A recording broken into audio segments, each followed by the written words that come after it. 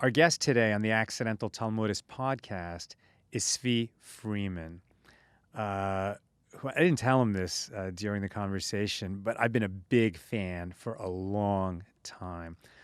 Just as I was sort of reconnecting with Judaism, with the tradition, and was starting to learn here in LA, I used to have lunch at this burger place in Pico Robertson. And there were these printed out teachings of a few rabbis from other cities. And one of them was Tzvi Freeman. And so I was reading his stuff many years before I met him. And he's such a deep thinker. He's a real mystic, self-described child of the 60s and a wild child of the 60s from Vancouver. And some years ago, he moved to LA. It was a big blessing for us. And I got to know him. I count him as a friend. And in this episode, we go deep. We go deep. I like going deep. Not everybody likes going deep, but we go deep. And what we're talking about specifically is purpose, about mission, about understanding, who am I? Why am I here? There's this sense that Judaism has become so much about tikkun olam, and that's such an important value. But where does it come from, right? It means repair the world. But if we're just about social action, important as that is, without understanding what the soul of social action is, then ultimately, it won't have enough energy. And it won't really get the job done. And you're going to enjoy this part of the discussion. Tzvi points out, what is the difference between the civil rights movement and the environmentalist movement? And why is one so successful and the other one still struggling? And it has to do with soul. Accidental Talmudist wisdom you don't want to miss. Now my pal Sal, take it away. Welcome, my pals. We've got a great podcast episode planned today. My guest is Rabbi Tzvi Freeman, senior editor of Chabad.org, and a dear friend. How are you, Reb Tzvi? Thank God. I'm up, I'm dressed, and I'm sitting in front of you. Even though you were not able to park in the building. Okay. I have this menorah on top of my car, and it said 6 feet 2 inches. No. Maybe not. Maybe not.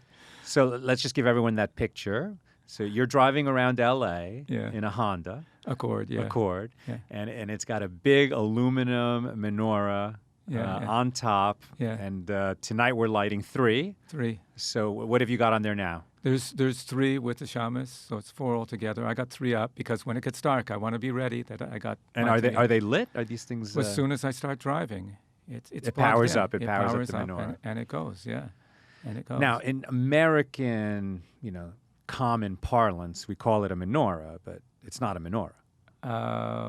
Anything has more than one light is officially a menorah, but we sometimes call it a Hanukkah because to distinguish it from the menorah in the temple that had 7 and it has 8, Right. So I thought when we become a little more learned, we're like, okay, now I'm in the know, and I don't call it a menorah anymore. I call it a Hanukkah. You see, you thought you were there already. But in fact, it's okay to call it a menorah. It is a menorah. Yeah, it's cool. Yeah. Okay. All right. So you've got a menorah in your car. Yeah. The flying menorah. Yeah. The flying menorah. Are you going to be part of a parade? I'd love to. Yeah. That's always fun. Right? Yeah, all the cars lined up. They've all got the menorahs. Yeah. There's one tonight on Melrose. Yeah. Oh, it's going to be tonight on Melrose? Yeah. Oh, I was in it last year on that double-decker bus. Oh, it was crazy last year. Which was crazy. It was crazy. It's a wild thing to do. All right. So we've been wanting to do this for a while. Mm-hmm. You've been a guest on my show before, I think twice. Yeah. And the nature of a Facebook Live show is that we can talk about things to a certain depth, but people are coming and going, and it's a little bit more visual, and we can't quite get into the depth that the podcast allows. And I think a conversation between us is really meant for the podcast. Yeah, I'm coming and going too, so we're okay. I'm gonna bolt you down to that chair. So what were you talking about again? I missed that. Because I've got some questions for you, and they require depth. Oh, okay, depth. Depth. It's all about okay, depth. but like little chunks of depth. Depth is this word that I think I've now said it 8 times in the last couple sentences, and it's starting to lose all meaning for me. That's deep. Depth. That's very deep, yeah. All right. We're going to jump right in the middle. I think the middle is a very good place to start. Yeah. Throw them in the deep end, yeah. Throw them in the deep end. And you've got a book coming out. You've got my book, actually. I've got your book. Well, you've got the book. You wrote the book. The writer got it, right? Because you grokked it. You know that word, grok? Grokked it. No, but I'm still read it. I find new things all the time every time I read it. So you don't know grok? I think that's a good word for you. Yeah, it's good for grokked it. Grok. Yeah. But do you know where it's from? Have you heard it before? So grok, I don't know if it pre-existed this, but Robert Heinlein, a great science fiction author, one of my favorites. Yeah. Stranger in a Strange Land. Yes. Yeah. And I think it's in that book. And grok means to understand and capture, That's right. get it. Yeah. Right? I remember that book. That was a And, formative book for me. Yeah, it was, right? As an adolescent, yeah. And for me too. Yeah. And it was very much about the 60s and counterculture. And then I think that word seeped into the counterculture to grok something. It was all a metaphor for that culture, really, in many ways, yeah. Without a doubt. Yeah. Okay, so what I don't even know why I was talking about grokking, but I think that to write a book like Wisdom to Heal the Earth, Meditations and Teachings of the Rebbe, Rabbi Menachem M. Schneerson, by Tzvi Freeman. I notice you left the rabbi off your byline here. Sometimes it just feels like an insult. To who? I don't know. To me, I mean, a rabbi. Why? You don't want to be called why? rabbi? I mean, rabbis are the people who make everybody feel guilty, that type of thing, and I just don't identify with your typical Orthodox or un-Orthodox rabbi. How about that? Un-Orthodox rabbi. I would say you're an unorthodox rabbi. Okay, that's right to be. Thank you very much. That's a compliment. Yeah. Nina and I always say that nobody likes to be summed up. So if you ever put a label on someone or say, well, what I see in you or what I see about you or what I've heard about you or what I think of you as, no matter what you say next, they'll say no. Exactly. That's called being a human being. Yes. Yeah. Don't put me in a box. No. You can't. No. Yeah. Nobody likes to be boxed. Nobody likes a label. Yeah. But I feel like a rabbi. No. Please. No. No. Okay.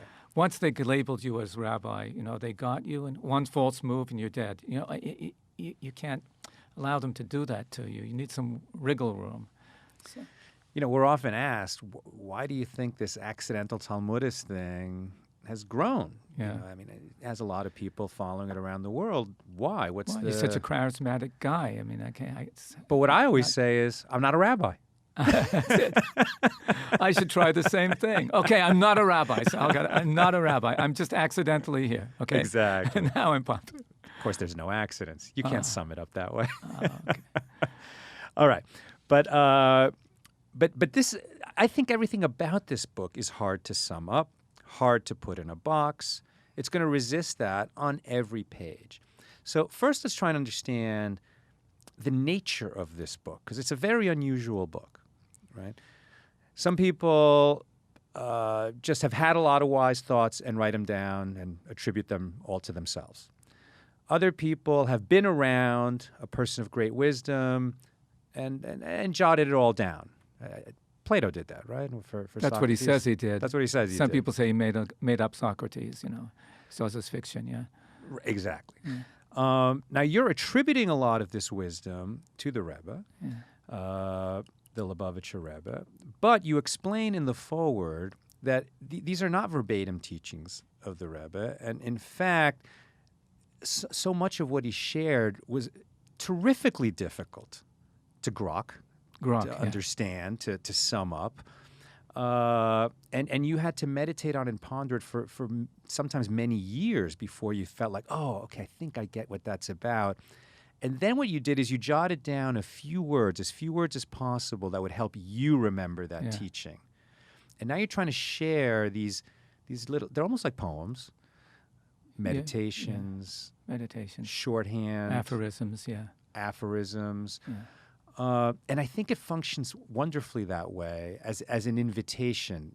These things are they don't sum up anything. I feel like they're windows to start thinking about something. Yeah. I mean, in my first book, Bringing Heaven Down to Earth, I don't know if you, I think you saw that one. Sure. The very first chapter is called Don't Read This Book. I got that, I think it was, who was it, Abby Hoffman, Steal This Book? Or was it? Mad Taylor Magazine Rubin? said, buy this magazine or we'll shoot this dog. No, but there was Steal This Book. I Steal think. this book, Okay. yeah. But yeah. anyway, the chapter said, don't read this book. But the point is that, well, somebody just told me, oh, I loved your book. I took it last Shabbos and I read through the whole thing from beginning to end. It's 500 pages. No, that's not what you're supposed to do.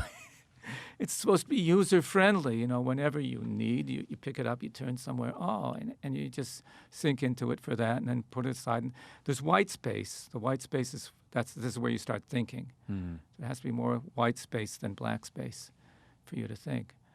Okay, but people do that. So whichever way you read it, backwards, forwards, upside down, but it's supposed to be a handbook. But you're saying, like, is this my stuff? Is it the Rebbe's stuff? Is it somewhere in between?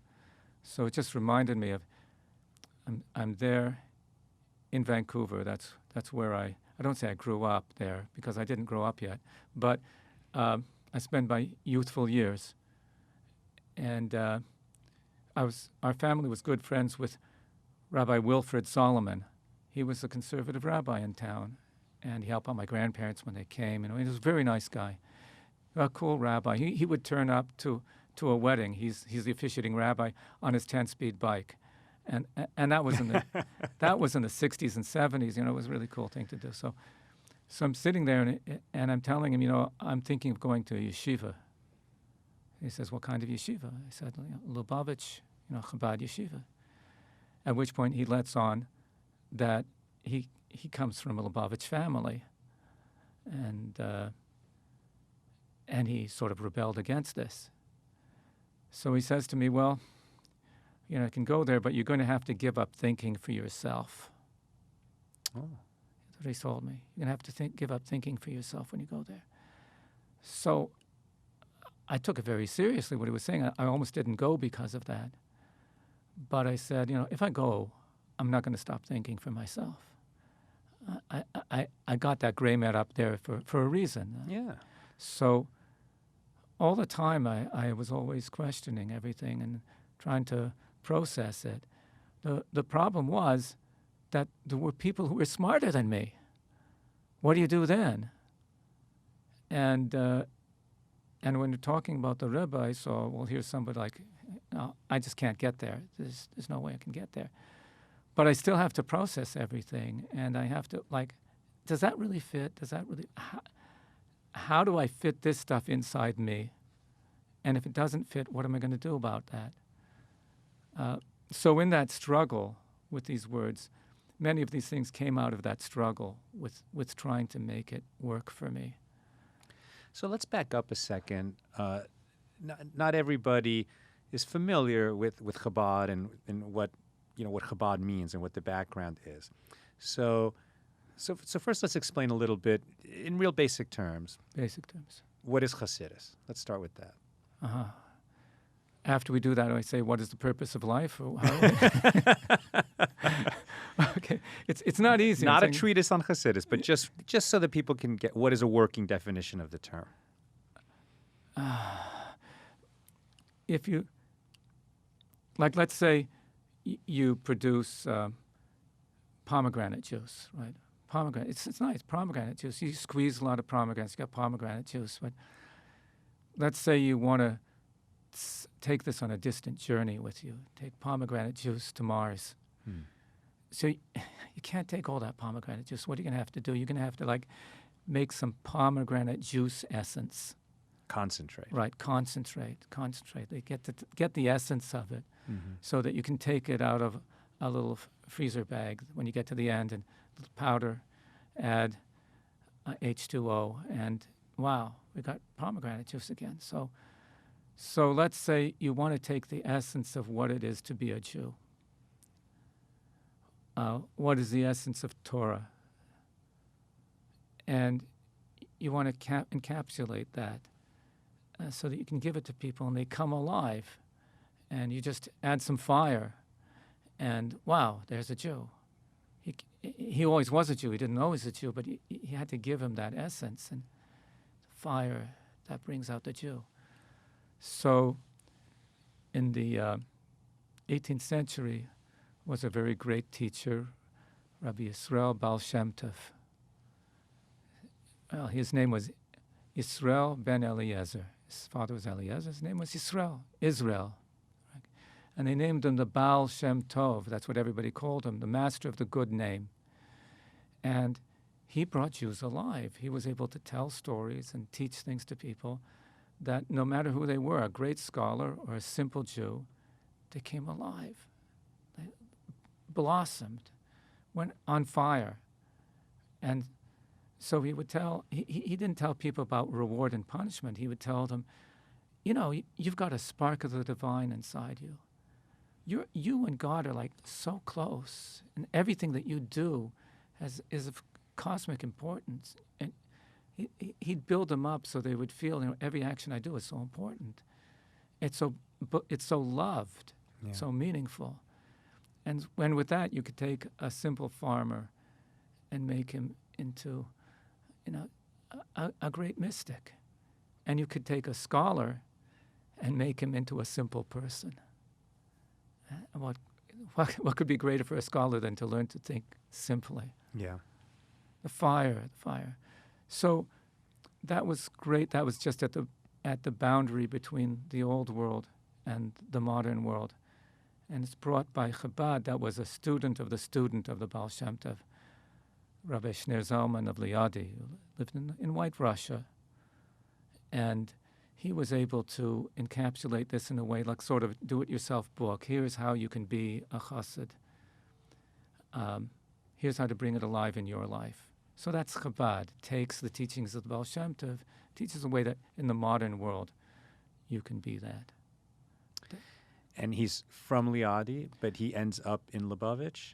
Well, his son, after the Napoleonic Wars, settled in Lubavitch, and that's where they were for the next 6 generations. Okay. So the second generation of Chabad was in Lubavitch, and that's why it came to be known as a Lubavitcher. Yeah, Lubavitch means basically in Russian, the town of love. Oh. Love town, yeah. The love town. Yeah. Okay. No wonder you guys are all so loving. Pretty close to Haight-Ashbury, yeah. Okay. And so that when we these days talk about the Lubavitcher Rebbe, we're talking about the 7th Rebbe in the 7th generation of the Rebbes.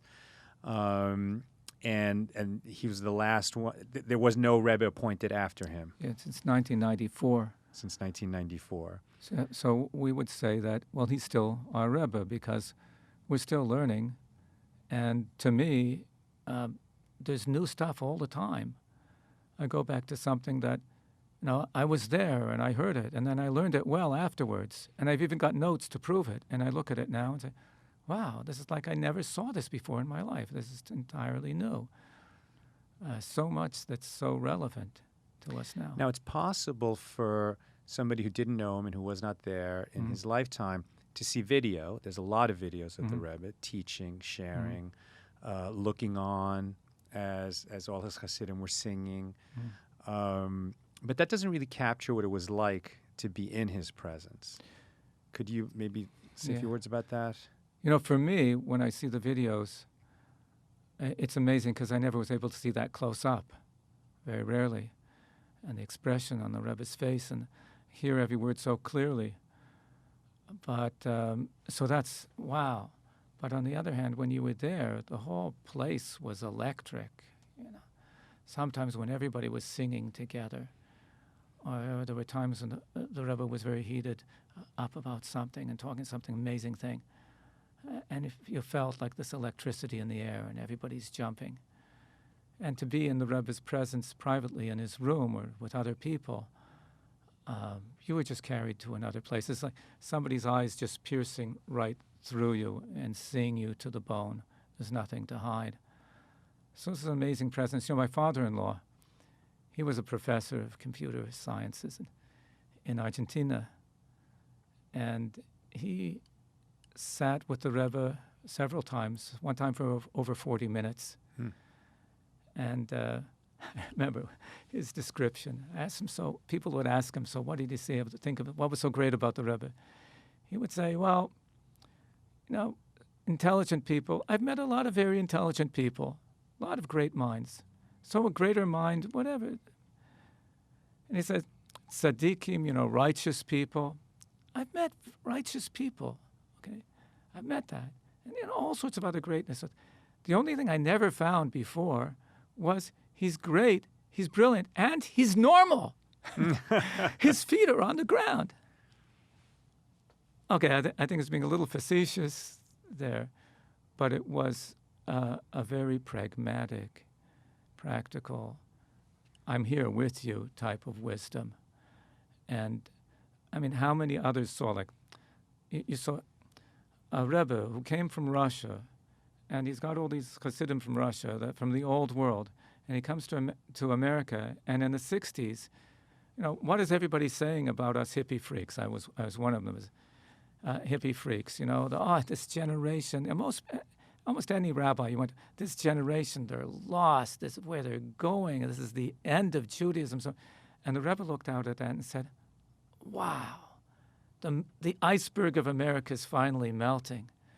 They're seeking, they're searching. What are they searching? They're searching for the live waters of their parents, of their great-grandparents. That's what they want. We just have to give it to them. And he embraced that. He was able to embrace that. Embrace it and activate that energy in an organized way. Yeah. It's amazing. I mean, I was I think you were there too, at the Kinnis this year. Yeah, I was there. In Rockland County, where I grew up. Yeah. And we were at Rockland Community College, and there were 5,000 Chabad rabbis there. There was the Rebbe's army. Yeah. And, I mean, the devotion and dedication of people who, aspire to be there for the Jewish people anywhere on earth where they're needed for that mission. Yeah, they're only able to do that because they say, well, the Rebbe sent me. Yeah. Even if they left after the Rebbe's passing, they feel very much, well, I'm doing the Rebbe's work. But the issue is, what makes it difficult is, if you just feel, well, I was sent by somebody else and it's him doing it, then I'm sort of frozen. I can't, how am I going to relate to somebody else or communicate this to somebody else? So you have to feel, no, there's me here. There's a person here who's representing the Rebbe, but I'm my own person. I have to make my own decisions. And this was something very interesting.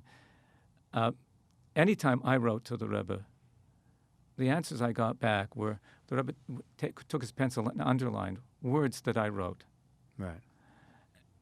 And I remember also another rabbi I was working with, and the Rebbe answered him, your decisions are my decisions. So it's that type of empowerment that makes you a leader, a real leader, that you're able to stand back and tell people, what you do, I'm with you there. But you have to do it. You have to do it. I mean, very much. I think people have the wrong idea about what Chabad houses are. It's not like somebody gets sent to a place and he just receives a check every month and here, here's to build the house, here's to feed yourself, here's... Nice. I mean, they get a little bit of assistance to get started, and then they are completely on their own to make that thing happen. Yeah. You got to make smart decisions. Think for yourself. Go back to the guidelines that have been given. Know where we're going to, and where we're going to is we want to educate people, give them a message. And any one mitzvah, wow. Any one piece of wisdom, wow, that's good. We're not out there to convert entire lives, change people over. If that happens, that's them. That has to come from your own impetus. But you're there to be a teacher and to provide. So back to the book. This is supposed to provide some wisdom, and the type of wisdom that can heal the earth. So let's get right into the book and talk a little bit about an example of what we've been talking about and how you put this book together. Here's a real short one. This is teaching 107. It's called A Light for 100. And it says, a dish of food fills one stomach, but the next in line is still hungry. Even the warmth of a furnace must be turned higher if more freezing souls appear. But a light that guides one person will guide 100. Be that light. Hey, Sal, can I hire you to read this book? You did that good. That was good. I'd love to do an audiobook. This was something the Rebbe told many people, sometimes just in a few words, because it's a line actually from the Talmud, and you're a Talmudist, accidentally. So it says, Ner le'echad, ner le'mea. A light for one is a light for 100. I mean, it's a simple thing that soup, like I said, more people come in, you have to make more soup. And even an oven, so the heat's going to become absorbed from the oven. But if the light is lighting the way for you, you don't need any more light. It'll also light the way for 100 people. You don't have to increase the light because there's more people around. So the Rebbe keeps on telling people, you should be that lamp for hundreds of people. That's all you have to do. Just shine, but not just for yourself. Shine so that other people know where to go. They'll see. And it's so fascinating. The metaphor is so beautiful because when you turn on a light, you didn't create anything new.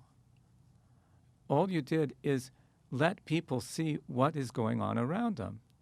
Oh, that's not a door. That's a pit. Right. That's not a safe thing to pick up. That's a dangerous thing to pick up. I have to know that. So if I'm holding the light, I don't have to tell you that. You see that on your own. So I should be able to teach wisdom that is just light for you. That once you know this, you can look around you and understand on your own what everything is. That's real wisdom. That's what the wisdom is about. And I think it's fair to say that that Jewish wisdom is something that we've been nurturing for thousands of years and adding to it in every generation, understanding it perhaps in a deeper way, a little more in every generation. And we've been doing that not just for the Jews. Certainly not. We've been nurturing this stuff on behalf of humanity and maybe even beyond humanity. I mean, anyone that can benefit from it, I think that's what it means to be an Or HaGoyim, to be a light unto the nations. And if we're shining a light very brightly behind closed doors, it's not doing anyone any good. Yeah. So that's so much of what we do. And what's been interesting to us is that our platform is on Facebook. It's freely available to everybody. And a huge number of people, I would say the majority, that have been drawn to it are not Jewish. But they recognize something that's authentic, that has stood the test of time, that is universally beneficial. Well, I think the values have seeped through our society over 3,000 years, that they're there everywhere. They've been spread into everything. So they resonate with people by now. I mean, the Jews obviously aren't the only people in the world with wisdom to share. Certainly. There's wisdom from all over the world. What the Jews want to say is there's a certain transcendent wisdom that's given to us from beyond, that, hey guys, I put you on this planet, here's how you should be taking care of it. That we're stewards of the planet.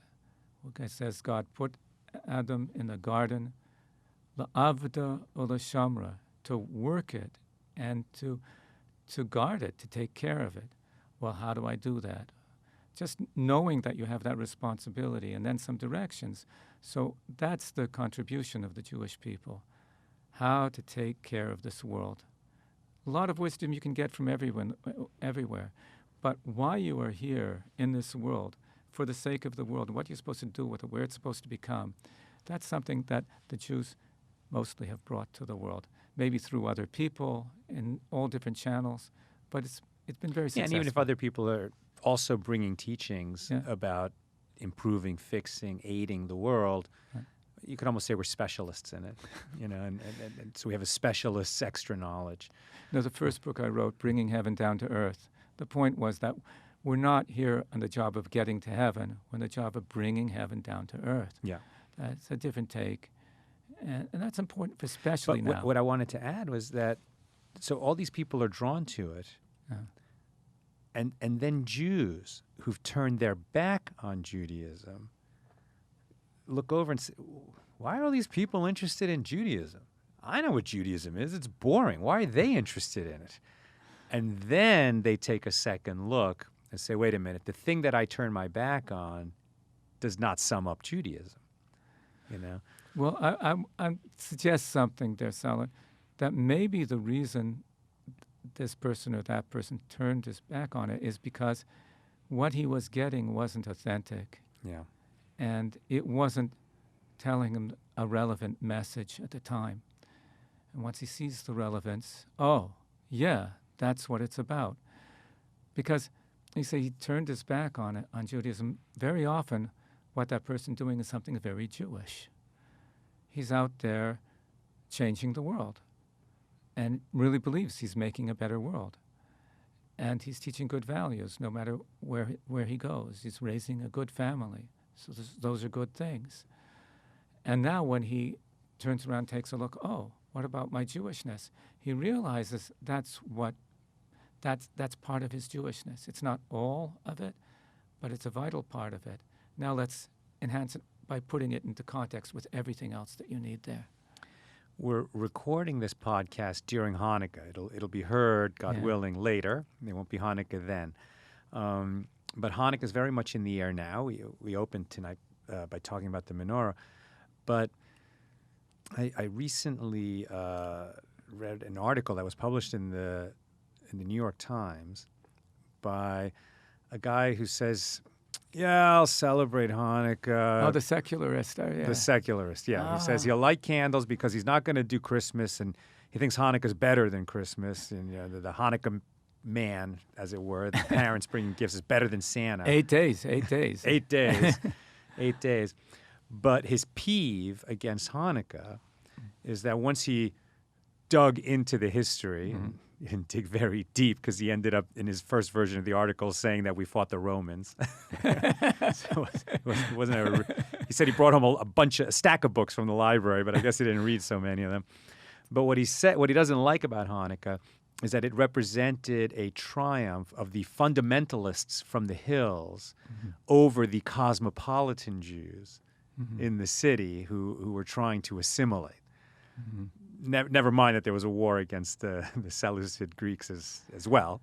But he had this idea that fundamentalist Jews triumphed at Hanukkah by imposing their version of Judaism on the assimilated Jews. And he's identifying with the assimilated Jews. I mean, I don't think that's a good way to sum up Hanukkah. Well, even though elements of that are correct. Elements are correct. That's the point. Elements are correct. We don't really know what actually happened because there's no video left. I don't know what happened. They did to all the video, but the fact that they were able to be victorious shows they must have had popular support. So it must have been the majority of the Jews. But yes, there were Jews who were what's called Hellenized. So Greek culture had come, and it was interesting because Greek culture and Jewish culture were so similar in so many ways. They both valued teaching, wisdom, learning, thinking about things. They both valued that. And to the point that the Greek philosophers had come to the conclusion that there's one God, the one supreme God. So the Greeks actually called the Jews a nation of philosophers. Their highest compliment. Yeah, nation of philosophers, because you can't see their God. You know, I can imagine. Take us to your temple. Here's the temple. Well, what's in there? What's in there? Where's your God? Oh, you can't see him. Whoa, a nation of philosophers. You know, so their worship of all these gods and so it was for many of them just a cultural thing. And many of them didn't really believe in all these gods, but it's a cultural thing. It's part of being Greek. So yeah, we do this stuff. And here they come across the people who say, no, we're not going to do because it's just cultural. We have it's a belief. You know what I'm saying? It's a belief. This is the real thing. We're really sincere. We really mean it. And so there are Jews who got sucked into the Hellenist thing. Well, it's a nice culture. You have these games and you have these wine parties. And if you want to move up in society, you get into this, and that's it. And there were Jews who says, no, that's not who we are. That's not what we're about. We're losing our identity here. they were not rejecting thinking for yourself, wisdom teachings, or any of any geometry or astronomy the Greeks had to teach. They're not rejecting, but they were looking for, well, we have our individual identity, who we are, and you can't suppress that. So I don't know why he takes his take on it and not say, well, this was the first struggle for cultural, ethnic independence and religious independence. Well, I think the question is who was forcing who to do what. Yeah. In other words, I always have thought that I think in every generation there's a core that wants to preserve every practice, every tradition, every teaching, and change nothing. There's a vanguard that wants to change everything, abandon everything of their fathers, and just be completely out there and reinvent everything. And then there's everyone else falls in somewhere in the middle, a little more pious, a little more adventurous. But that dynamic is always happening. But it's usually a small percentage that creates a revolution. Yes. If you had made a poll in, say, 1917 in Russia of Russians, probably 90% of them were, the Tsar is everything, and they'll bow down to the Tsar. But it took a rabble-rousing 10% who said, no, we don't want these changes. Right. We should not ignore neither that fringe vanguard nor that fringe core. Yeah. Right? So what was happening over here was really a struggle, a very vital struggle for diversity in a world that was just trying to... Right, that's the question. So were the people who were trying to practice traditional Judaism being prevented from doing that, and they were fighting for their right to do it? It wasn't that group was saying, no, the vast middle of the Jews, they have to do it our way. It was more just enabling people to practice a traditional Judaism if they want to. Is that correct? More nuanced than that, but it certainly was a popular movement of the people. It must have been that.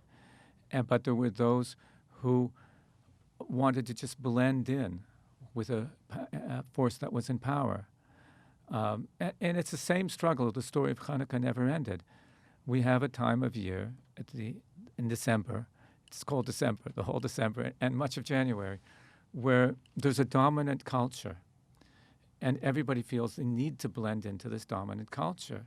So if you're, say, a Punjabi or a Muslim, a Sikh or a Jew at this time of year, it's not comfortable. You feel, my kids want to be part of this. I want to be part of this. This is what everybody's doing. But then I'm being swallowed alive. I don't have any identity. And, I felt this very much when I was a Jewish kid in public school. I went to public school. There were 1,200 kids in the school. And everybody was supposed to do things the same way. And we're learning history books. And where am I in this? The teacher shows me, well, in this history book, there's a little paragraph about the Jews over here, so you still exist. Right. What about the Indian kids, the Aboriginal kids that are there, the growing up there and learning history of Canada?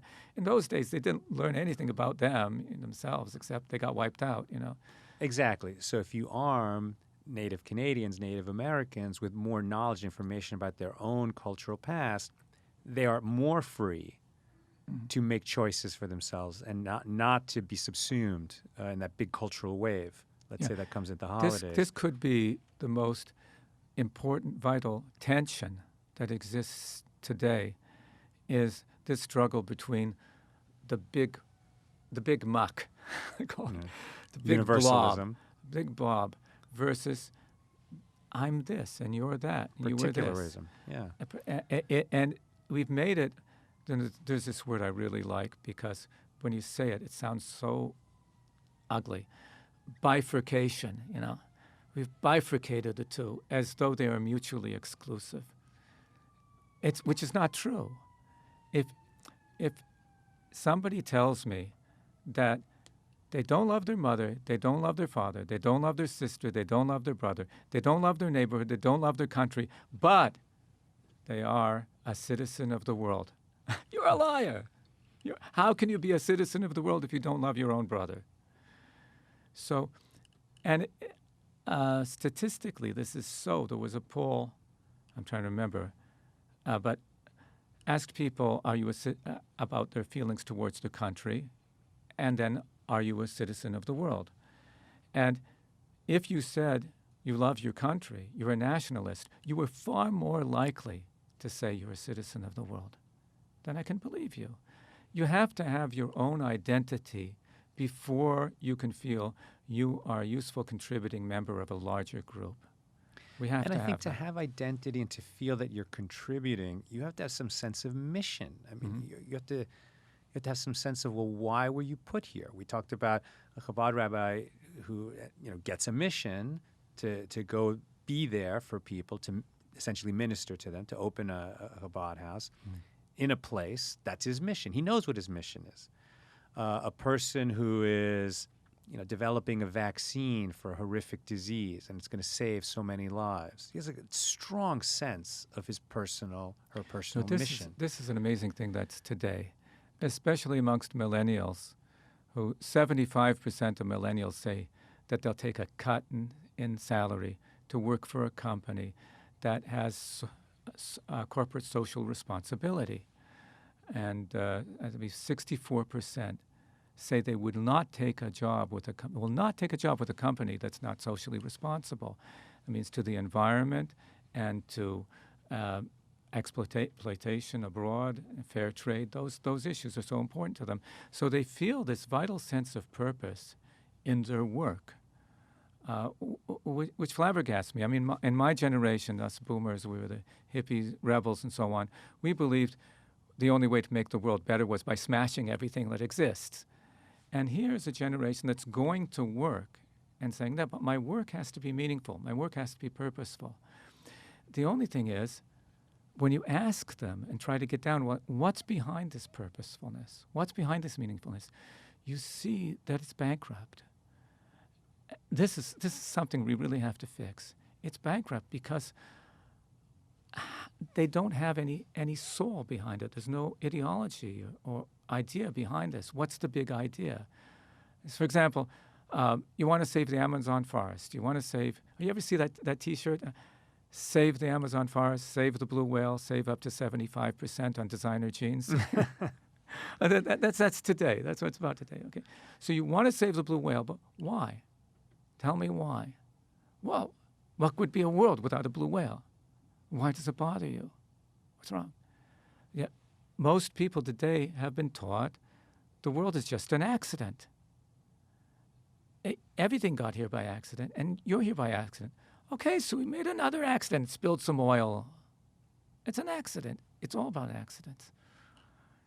So there's a subliminal belief that's driving things, and people just going to have to admit that they have this belief that I am here with a purpose.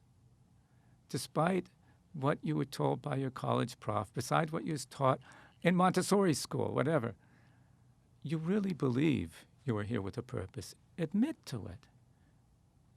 And it's interesting. I talk to a lot of environmentalists because Vancouver is like the capital of the environmental movement, really, in many ways. That's where Greenpeace started, and so much environmental movement. If you come from Vancouver, you're by definition environmentalist. You can't get out of it. It's such a beautiful environment there. Yeah, it's gorgeous. Yeah. So you're within trees and everything. But you talk to them, and you see they're hiding something. They've all got something to hide. They're spewing data, spewing statistics, telling people what's going to happen, forecasts and so on, and they're holding back. They're holding back their soul. They want to burst out and say, don't you get it? This is God's magnificent creation. But they don't want to engage in God talk. No, they don't. Maybe they won't call it God. They'll call it something else. But they know that it's a creation. Don't you get it? It's magnificent. And we have the privilege to be here to take care of it.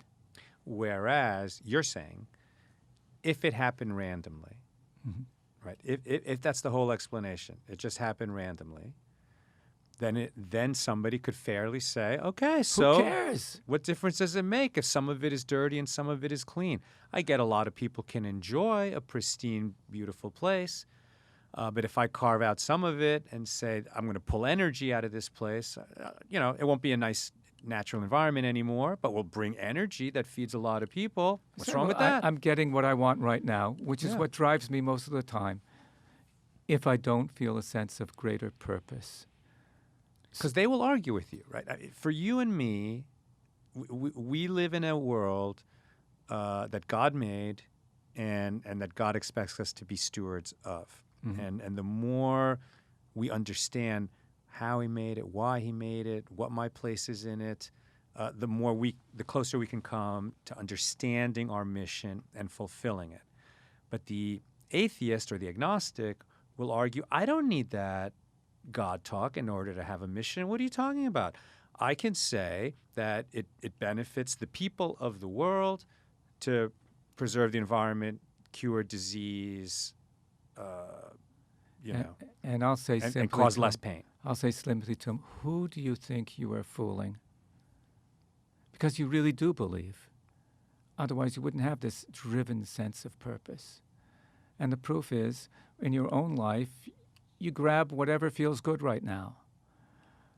So you're going to sum up that person against his will and tell him, I know better than you who you are and what you are. Yeah, I have beliefs. Mm-hmm. And one belief I have is in a human being.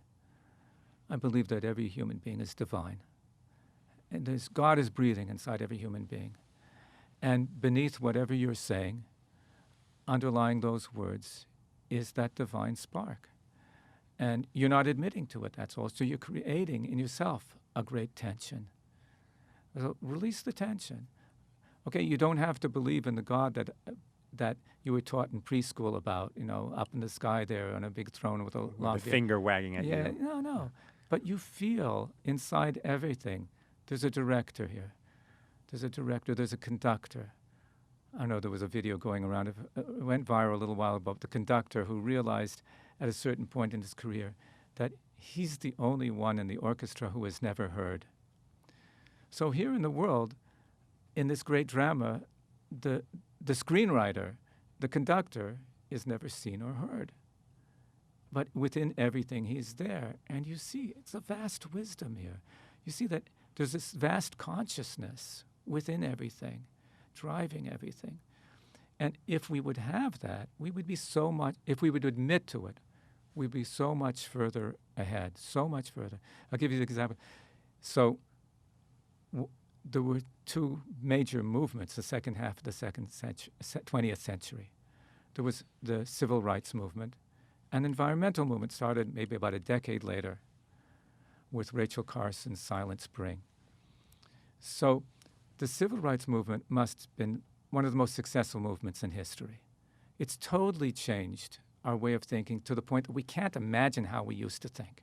Can't even imagine it. When I tell people, that in the 1950s, if you were an intellectual, you were a racist by definition, they can't believe me.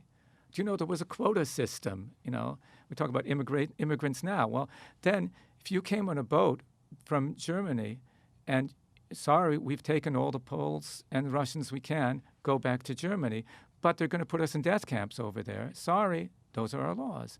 Because it was determined by the American government that Jews, Poles, Russians were of feeble intellect. Mm-hmm. And so less desirable. Less desirable. Okay, people say, what? That's America? Yes, that was America. The civil rights movement totally transformed our way of thinking to make that unthinkable today. Unthinkable. So compare that to the environmental movement. So people will say, well, you've got this, you've got that, look how much. No, if you're at the core fighting for an environmental movement, you look out there and you feel, we have failed. It's been decades and decades, it's 40, 50 decades, and we've failed. We haven't gotten any of the things we were looking for. And the whole world is driving itself towards oblivion where it's going, and they're not listening. Why such a failure? People give me all sorts of reasons, but of the many reasons, I think the one that's most vital is that the civil rights movement kept close to its soul. It had a soul. The civil rights movement was driven by Bible-thumping Baptists who said and that all outraged humans Jews. are created in God's image, and you can't put down any group of them at the expense of another. Yeah. In heaven, they're all equal, so on earth, they all have to be equal. And that was the soul that drove people, and therefore people already put their lives on the line for it. Whereas the environmental movement never wanted to get their soul involved in it. And on the contrary, they said they blamed environmental devastation on the Judeo-Christian ethic. I don't know how that works, but somehow they did that. They shot their... This is the same group of people that will tell you that all the worst excesses in history, primarily the wars, were caused by religion. Yeah, the same idea. To which we can answer, the Nazis were not a religious people, and neither were the communists. Look, a lot of bad things were done in the name of religion, because it's an organizing force, and you could do that. But the point is, they tried to take paganism or the indigenous cultures. None of that would work until they were left with just data. You can't change the world with just data. You have to have a principle, a belief. If you come to this world without any belief, you have nothing to contribute. You can't change anything. Every person has a belief. You just have to surrender yourself. I have this belief. I believe the world shouldn't be the way it is. That's a belief. That's a belief in a higher context. There's something greater than me. And if you don't want to call that something greater than me God, fine, I don't have a problem with you. But if you don't feel there's something greater than you, a context that gives you purpose and the whole world purpose, you're not going to make any changes in this world that will last. So, interesting. So the environmentalist who is himself or herself fiercely sparked by this desire to save the environment, to preserve what is still natural and good, and to bring back that state of nature to areas that have been despoiled, they should try plugging into the idea that we are stewards of a gift we've been given by a creator, because they might find that they'll have more success in sparking all the people that they need to buy into environmentalism. They'll find that this is who they really are. Now, when you say the creator, right away people see this, the Michelangelo one with his finger stretched out, doesn't want to come too close, but so he just puts out his finger. So, but if you think of it just as there's a greater consciousness, and I mean, so much points towards this. It makes so much more sense, and it's become a major study in many universities, consciousness studies. Pan-consciousness is what most people believed, thinking people believed through most of history, that there's a consciousness throughout the entire universe, and our minds are just reflections of that consciousness, of a greater consciousness, and that this consciousness loves the universe that emerges from it. And you are its avatar, say, put it that way. Its avatar to take care of this place. And right at this time, we've got this technology, fabulous technology, that we really could do this. We could achieve all of this. Yeah. We're driven by a technology that can. Allow yourself to admit to that belief that you have inside you. So that's all I want to do. Like I said, turn on the lights so that you can see inside yourself and realize inside myself, yes, there's a belief there. I really believe that life is worth it. And I really believe the world is a beautiful masterpiece. Okay? All right, and let's give some practical, because I think what your book does, and this is what's glorious about it, is it gives people some practical meditations, ways to focus the mind, ideas to bring in, actions to take that help us experience our soul, experience that we are an avatar, the soul of the universe, entrusted with our corner where we can do something, not just because it seems like a good idea, not just because it needs doing, but because we've been appointed to make that repair. If we can identify the repair, then we're the one in best position to fix it. Every human being on the planet has to have that sense of chosenness. Exactly. I think that's a tremendous contribution, the Jewish people to the world, is know that you are chosen. That's how that's how we've lasted 3,300 and something years since we received the Torah, 4,000 almost since Abraham. This sense of chosenness. Well, every human being on the planet has to feel that God's finger is pointing at him and say, you, I've chosen you for a particular mission that no one else can do. And it's up to you to figure that out and do it. It's like Mission Impossible, where you get the mission, whether you... Mr. Phelps takes out the photographs. Yeah, except here you're not even told what your mission is. You have to figure out what your mission is. You have to figure it out. Yeah. I remember I couldn't understand it, but I remember it so clearly. I must have been about 7 or 8 years old, and there was a day where my best friend, his name was Mark, tragically died young, about 20 years later. But when we were kids, he was my neighbor, and we spent a lot of time together. And there was a day when, for some reason, it seemed like the biggest, light bulb moment for me, the biggest realization: I'm not Mark. I'm not Mark, and Mark is not me. Meaning that before that realization, I felt like we were somehow, a pan consciousness, a group consciousness, like where I know that I'm a me and that I speak, but somehow we all meld together. And growing up is realizing, no, I'm not him, I'm not you, you're not me. We have growing up is a good thing. I'm looking forward to doing it at some point myself. Growing up is a great thing as long as you can remain a child. Don't think growing up is like a car going along the highway. No, it's like a plant growing out of the earth. It stays in touch with its roots. On the contrary, its roots get even deeper. So as you grow, your roots also have to become deeper. You have to feel more and more of a child as you grow older. Otherwise, you become just old. Yeah. Old, you're just imitating what you were the day before. That's no good. Stay alive. You remain a child. So you want to distinguish yourself from everybody else, and at the same time, feel how you were part of everybody else at the same time. You've got those roots. Hold on to that memory. Hold on to that.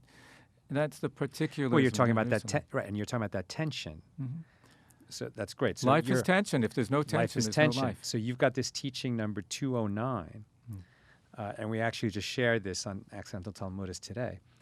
And you said, if you are kind, learn also to be fierce. If you are wise, learn also to be simple. If you are fire, learn also to stay cool. Whatever you find yourself being, be the opposite as well. Yeah, you must be. And that is a human being.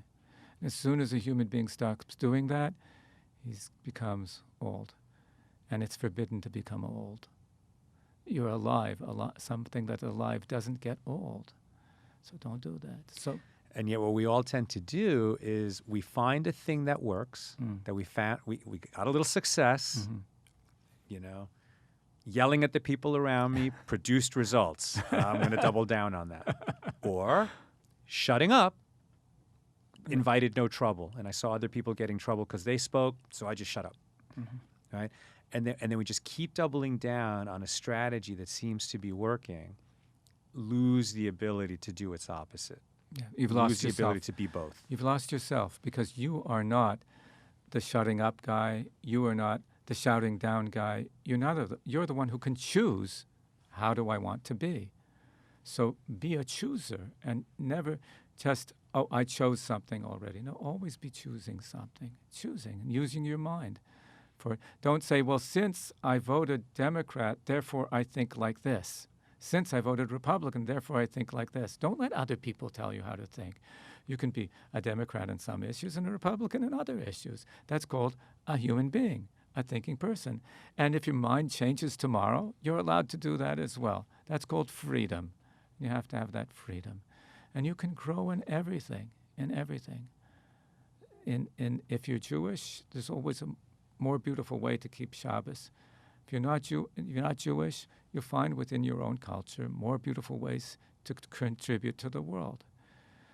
But this idea that we're just here to get to heaven or for something greater, that can take you to a dead end, because then you're just waiting to die. Right. No, while you are here, you're here for a reason. Do something about it. Do something about it. I think that's so much of the wisdom that I learned from the Rebbe, the idea of purpose and chosenness and everything, trying to bring out in people. Well, and the idea that, what is a soul? It has many definitions. It's actually one of the most popular words on the internet. If you Google soul, lately I think you'll come up with 3 billion hits. Okay. And could we monetize that? Sure. So many people everyone will offer a different understanding, a different definition.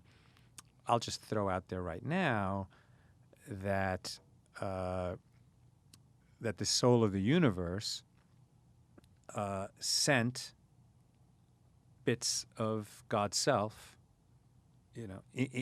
all over the place, and wanted to bring some of God's self and God's experience and God's curiosity and God's hope into every human being.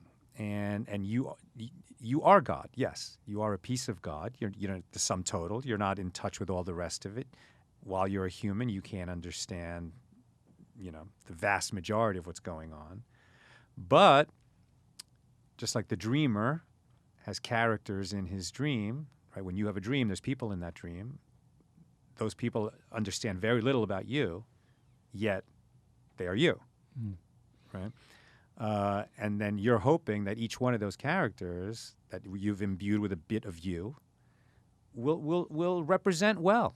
So this is a nice metaphor, because as soon as you start talking about pieces of God, if I get enough pieces, I'll have all of God. No, it's not that kind of. But more this avatar idea, this fractal idea.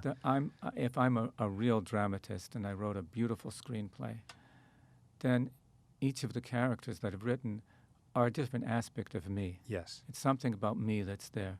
So this is a beautiful teaching from the Maggid of Mezrich, who was the heir to the Baal Shem Tov. So he's this generation number 2 of the Chassidic movement. And the teacher of Rabbi Shneur Zalman Liadi of Chabad. So he said, what does it mean that God created man in his image? What's the image? God doesn't have an image. You can't see God. So the word in Hebrew is tselem. Interesting. Today, in modern Hebrew, you want to say a photograph. It's called a tzilum. It's like a tselem. It's a photograph. So God had a vision. God envisioned something that never happened, sort of like a memory of something that was yet to happen. And what was it? It was a spark of himself within this universe, struggling with the darkness to make the darkness into light. Mm-hmm. And the spark is striving to come back to its source. And as it comes back, it's bringing all the world with it. And he said, yes, I'm going to create a universe. So what is that spark? What is that image that God saw? That's you right now and what you are doing right now. So what is your soul? Your soul is your purpose. It's not that your soul has a purpose. That purpose is your soul. Yeah. And you have to find, and everything in the world has that little soul in it. Call it a divine spark. What's that spark? It's purpose. It has a divine purpose. There's nothing that in the world that exists doesn't have some divine purpose to it. And our job is to go and find it. What is the purpose of this cup? What's the purpose of the table? Find some way to connect it to other things, to other sparks, and we put the whole world together and discover it and make the whole world a divine place that way. Sometimes we end up ripping the world apart and forgetting about the sparks. We're taking the mud and leaving the sparks behind. That's when it causes destruction. We want to find the sparks and glue the sparks together. That's how we heal the world, putting it back together again. Yeah, and we confront mystery in doing that. Beautiful. Mystery is so beautiful. It's so beautiful. And, I think that David Aaron talks all the time about, when we say that God is perfect, we're limiting God, right? Because a perfect being, if we define perfection this way, can't grow. can't learn. And there's a beauty and a grandeur to growing, to learning, to confronting mystery. David says that. Yeah. So would we say... I wouldn't agree with him. I get to disagree once in a while, right? Sure. No, But God can confront mystery through us. It's a limited idea of what is perfect. Perfect is not something finite. Perfect is something infinite. And one of the qualities, you can say, of infinity is that it's not accumulative. It's not like I'm getting more and more pieces, I'm getting closer and closer to getting infinity. No, as much as you have, it remains just as mysterious. In fact, it becomes more mysterious to you the more information that you have. So that's the perspective of God. That's for us. But I think the question is, can God confront mystery?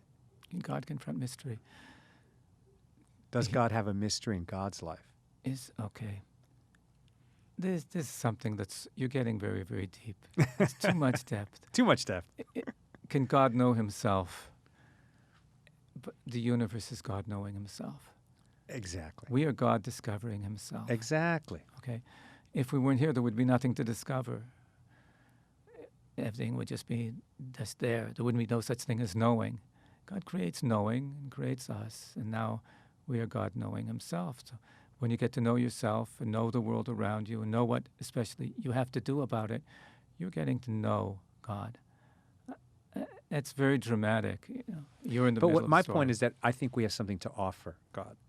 It's not just in the same way that if you watch children play, and you know so much more than the children do, and you know what lies outside the playground and all the darknesses of the world, et cetera, and you know what the kids focus on and what is dramatic for them is such a small part of the world, and yet you can be fascinated watching them play, and not just fascinated, you can learn from watching children play. So I would say like this, that just because God is perfect doesn't mean he's not passionate about anything.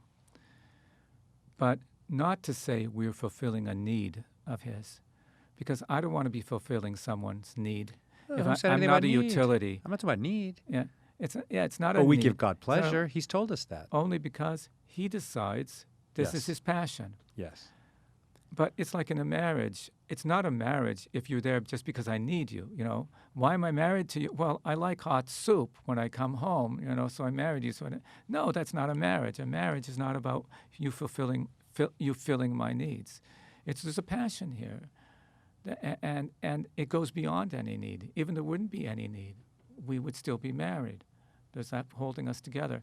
And so if God is interested in me because of the utility I provide, a need that I fulfill, I'm not interested. No. No. It's but a God's passion in a relationship that with you. He has a passion, and it's about me. It's not about something that I'm providing him, but about me. No, he just loves you. Yeah, and who am I? So I'm saying, I am my purpose. That is the true me. Good. I'm not something separate. It's not there's me with a purpose. I have a unique purpose. And every individual in that way is the central character of the story, the protagonist, the hero. And that going back to your drama metaphor again, can you imagine writing a story in which every individual is the hero of that story? Has it ever been done? There's only one author, not actually an author, and a composer who was able to do that I know of in history. You know who it was? Who? Johann Sebastian Bach. He wrote pieces of music in which you can't figure out who is the soloist. Every individual is a soloist. I don't know if you ever listened to Brandenburg concertos. He wrote them. He never heard them in his life. Nobody knew the manuscript existed till over a century. I've heard them. I didn't realize that about them. That's a century. Well over a century from when they were written. They were discovered. Okay, he wrote them beautiful and sent them off thinking he's going to get a job, and they're just put in a box. You listen to these concertos of his. Who's the soloist? Every instrument that's playing is a soloist. It's an amazing thing. I can listen to it each time differently, taking, this guy's a soloist. No, this guy's a soloist. He's getting there. So can you imagine a symphony with trillions of parts to it?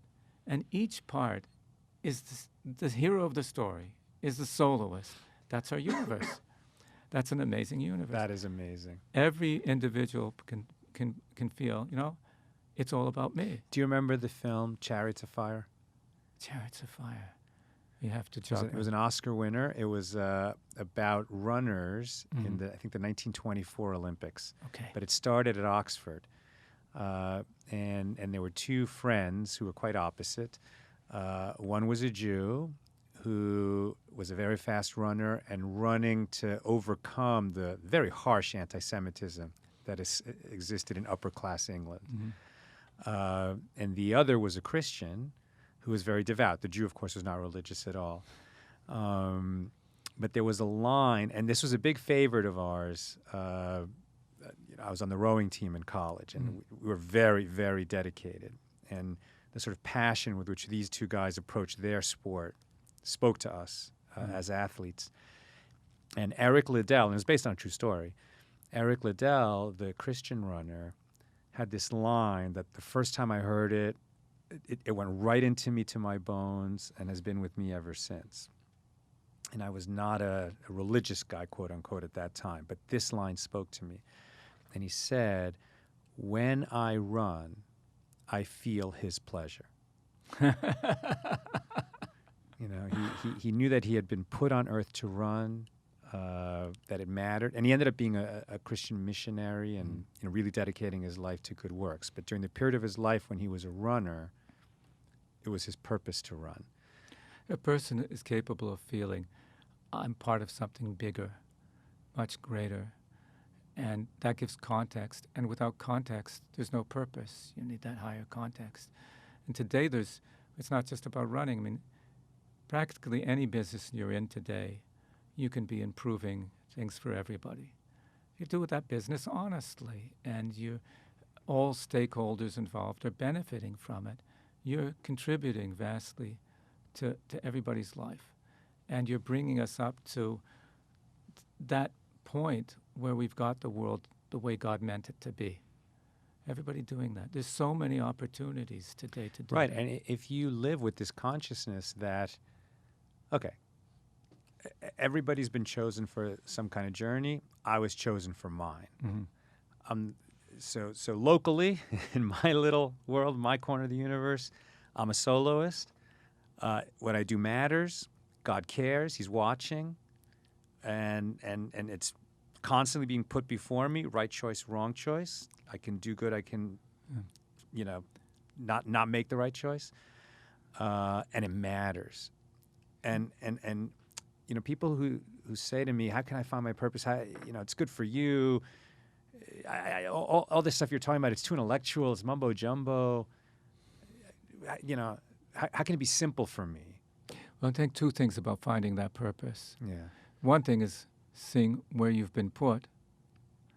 Another thing is to see where you're coming from. I guess the third thing is where you're going to. Yeah. So where you're coming from, you have roots. You come from a certain tradition, a certain people, whoever they are, and that you're part Even of those. If you people. don't know, if you were orphaned, you were abandoned. Okay. You were put in that position for a reason. That has meaning also. Yes. But we're all branches of a tree, or twigs of the branches, twigs of the twigs. We're not just little metal capsules flying about. No, we're all tied together as a single organism. So we have the place that we came from. Now that you came from that place, and this is the position where you're in, where you're going to take it to, that gives you purpose. That gives you meaning. That makes you powerful. How to empower people to do what they really want to do. So I'm saying for a Jewish person, even just having people over on Friday night, I've just seen how that's transformed people's lives. Yeah, I think people get that on a football team, there's a quarterback, and he has a job to do, to receive the ball and then to give the ball to the person who's going to advance the ball. And the center has a job to do, and the receiver has a job to do. And I think people instinctively get that. And now you're talking about a Jew can have people over for Friday night dinner. That's his position. Yeah. Your position is put out a nice dinner, invite people over, light candles, have some wine, eat some bread, bless it, be thankful for it, and then let it happen. And I'm so glad you told me that about the quarterback, because now I finally figured out why they were always shucking me off the team when I was. All right, our time is winding down. Yeah. Um, You want to read one more of those? I'm going to read one more. So again, this is Reb Tzvi's book, Wisdom to Heal the Earth, Meditations on Teachings of the Rebbe, Where do you buy that book, Sal? which is available on Amazon, I I should guess think. that's where else do you buy books? Yeah. Okay, and Tzvi Freeman, Tzvi Freeman. And if you're listening to this podcast, then there's going to be a link alongside it where you can get the book. So here we have Teaching 234. Do these numbers mean anything? There's 385 of them. Yeah. To And account for all days in a Jewish year? This is the largest number of days there could be in a Jewish year, which happens to be this year, is 385. So we've got a leap year. We have an extra month of Right. Adar. Yeah. Okay. That's for another day, how the Jewish Okay. year could have 385 days, but okay. So Teaching 234, not listening. As a person treats others here below, so he is treated above. Perhaps someone once tried to tell you about the ugly deeds of another. Perhaps you responded, I'm not interested. And you didn't listen. Perhaps when your soul returns to her place above, a prosecuting angel will appear to report on your deeds down here. And it's possible that some of those deeds may also not have been so pretty. And then God too will say, I'm not interested. I don't even want to listen. Yeah. Yeah. So just start training yourself now to not listen. I think that was probably the most beautiful and succinct rendition, exposition, explanation. Oh, you read it so well, yeah. The writing of what Lashon Hara is, of the damage of an evil tongue and what it means to not buy into it. Because the truth is that for the human, there's nothing so, I don't know, inherently interesting, titillating, if you will, of just hearing the flaws of other people and tossing it back and forth. Oh, did you hear what happened? Did you hear what so-and-so did and what so-and-so said? And so much of conversation is about that, and our tradition teaches don't do it. Well, Don't it's say not it, just don't listen to it. Don't listen, don't accept it. Don't accept it. Don't be party to it in that way. But here you see what we're cluing into is that when you realize this is affecting me, that's a sort of a sense that the person that you're talking about and me, we're really the one person. You're talking about this person now, and I could be listening. It could be me that you're talking about and somebody else listening. It could be that accusing angel talking about me, and God is listening. It's all one person. Always say that when as soon as we say that every person is the center of the universe, it means two things to you. It means how vitally important your position is, and it means that when you're dealing with another person, recognize you're just a satellite in his universe, and he's at the center. You have to know that about every other person as well. They're talking about a human being. Hey, I'm a human being. They're murdering him with their tongue in front of me. That's murdering me. I can't take that. I don't want to sit here and be murdered, so I'm not allowed somebody else to be murdered by anybody's tongue. In other words, it's not just don't listen to it. It's not just a law you obey. It's a sensitivity to people and identifying with all other people around you. And then spontaneously, you can't listen to such a thing. You know, an example that's relevant this week, there's a public figure. Well, I'll just stop it at that. There's a public figure who at one time battled mental illness, and maybe that's a battle that person will fight all that person's life, but certainly at one time was more critical. And during that period said some awful things, including anti-Semitic remarks. And then came to a place where this person found God and calling and purpose and said, this is who I am, not who I was and what I was saying before. And I'm here for other people, and I am one of everybody, and I am endowed with God with purpose and meaning and mission. and God forgives, and I'm not that person. I'm sorry about the things that I said. And now this person's trying to move forward and get things done. Mm-hmm. And then I come along and I say, I'm a fan of this person. I like this person. I believe in this person. I get a lot of energy watching this person, move forward and try to accomplish the things that person's trying to accomplish. And then someone else will come along and say, oh, but did you hear what that person said? The terrible thing that person said about Jews? You can't trust that person. You can't be around that person. You can't build up that person. You can't say good things about that person in public. And I say, well, what's teshuvah? Do I not buy into teshuvah? Do I not buy into the idea that somebody can have remorse over what they've said and be a different person? It's somewhat nuanced. It's difficult because there are people that he may have hurt, most likely did, and he has to make reparations for that. He has to demonstrate his sincerity for those people. But it's not my business to go in and spread the news about him. I don't want my tongue that's meant to be saying words of wisdom being used for spewing out garbage, dreck. That's not what it's made for. Why should I get involved? No. It's like the metaphor, I believe I give it there. A man is put in a shaft and set deep down under the ground. Deep, deep, deep down. At the bottom he gets out, checks around, it's dark. It's cold, it's muddy, it's mud all around. When he gets back in the shaft, he goes back up again. When he gets back up again, they say to him, so what did you find down there? He said, it was dark. Yeah, what else? It was cold. Well, but what was there? It was mud. They say, we know it's dark, we know it's cold, we know it's muddy. It's a gold mine. Where is the gold? Here you are in this world. You've been sent here. We know it's full of mud. Yes, it's obvious. It's mostly mud. You're not here for the mud. You're here for the gold. Tell me about that. Speak about that. Spread that out. I don't want you spreading mud. I want you spreading gold. Yeah, and I think you do spread mud. I think when you talk about the mud, you add to the mud. Propagate mud. Mud propagates itself. And I think if you talk about someone's past who's trying to make a change, you're making it harder for that person to make that change. You're making the past more concrete and solid and less malleable and able to be outgrown, as it were. Yeah.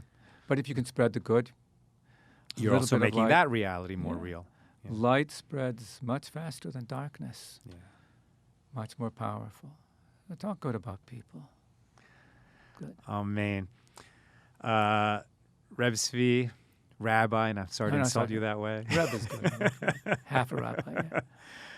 Tzvi Freeman, thank you so much for being on the Accidental Talmudist podcast today. This has been an amazing conversation. I know it's going to stay with me, just like the teachings in your book. You can read them, you can get at them, a little bit right at that moment, and then you can come back to them and get something deeper. And that beautiful spiraling nature of understanding that never ends, but always rewards study, meditation, contemplation, and discussion is something that, if I may sum you up, I think it's something you're all about. And it's a big positive that you're bringing to the world. And thank you for bringing it to our show today. And thank you for everything you do, Sal. Thank you.